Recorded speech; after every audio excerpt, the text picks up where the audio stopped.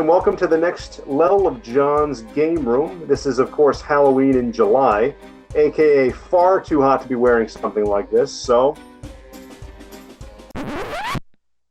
today we'll be talking about something thematically appropriate. It's Darkstalkers 3. So you might be wondering why 3, not 1 or 2, and the truth of the matter is 3 is essentially an amalgamation of the first 2 games. Essentially sort of a, it's a port of the third game in the series, but it's been enhanced in such a way that they have play modes that emulate the first 2 games in the series. So it's sort of a culmination of the series thus far. Reason that I got it was essentially, like I said, I got it late in the PS1's life, got it for pretty cheap, $20 as I remember, over at what is now GameStop.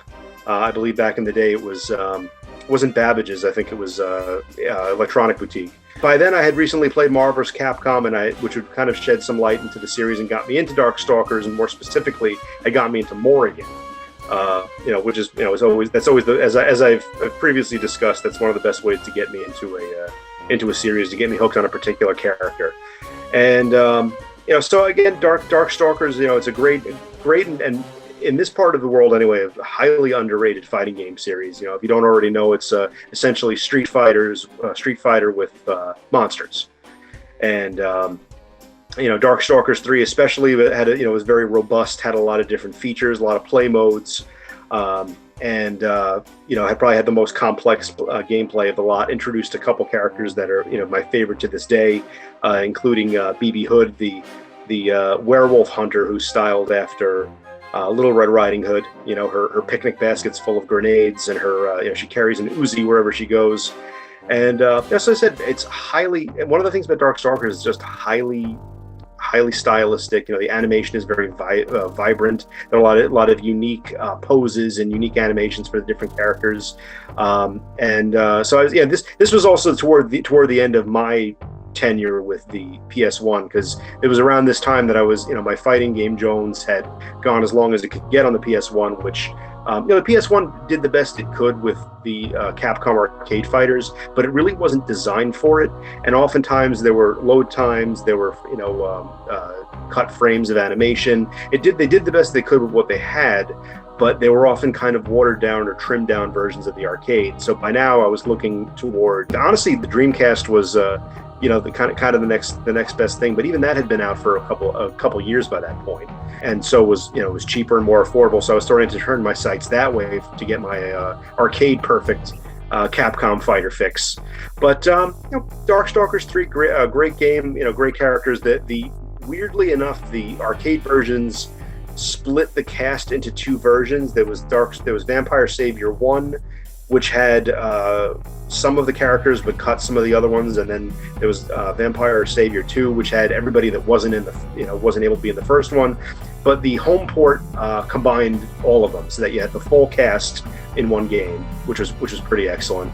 And like I said, it had it was almost supposed to be almost like a compendium of the first 3 games, because it let you play in game modes that were based on the first 2.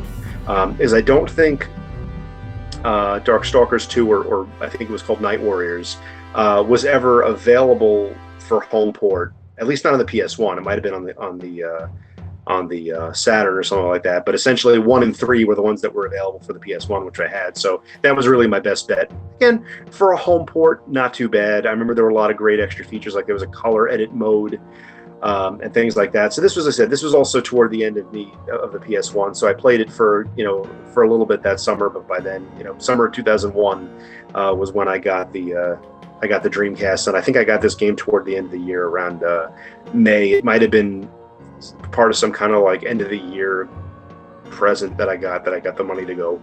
I had a 20. As so often happened, had a 20 in my pocket, went to the the Smith Haven Mall, and picked something out. So that's what that was. That might have been one of the last fighters that I got for the PS1 even. So the play style is pretty interesting. And in Darkstalkers 3, compared to the first 2, you have 2 continuous lives, as I recall. So rather than having it where there's round 1 when you have a full life bar, and there's round 2 starts and your life bar is full again, you basically have 2 quote unquote lives, and then your health bar doesn't regenerate. So you, like I said, and as the rounds continue, that's basically how it works. And from there you can play in the more streamlined, simplistic styles of the first two, where you build a super meter, almost like in Super Street Fighter 2 Turbo, and then unleash attacks. 3 had it where you would build up a meter, and there were a variety of different super combos you could do. And then there was the EX, kind of an EX mode, where depending on the type of character you were playing, that you would access like additional features, different abilities and things like that. You'd have the old Trail of Shadows following you, and all of your attacks can be comboed together. So pretty, I said, a pretty robust gameplay style. I was used to, like I said, I was used to using Morrigan in the first Marvel vs. Capcom. So it played more or less the same. I would say the Darkstalkers series has more in common with the Marvel vs. Capcom style than, let's say, Street Fighter. But if you've played either, you'd be pretty at home with the gameplay style. You'd be able to pick it up pretty easily as well. And it's actually, continuing the thematic appropriateness. I played it. It was a late spring, early summer thing. So I was kind of having my own Halloween in July back in 2001 as well. All right, so that does it for today. I hope you like what you saw. If you do, like and subscribe, and we'll look forward to seeing you in the next level.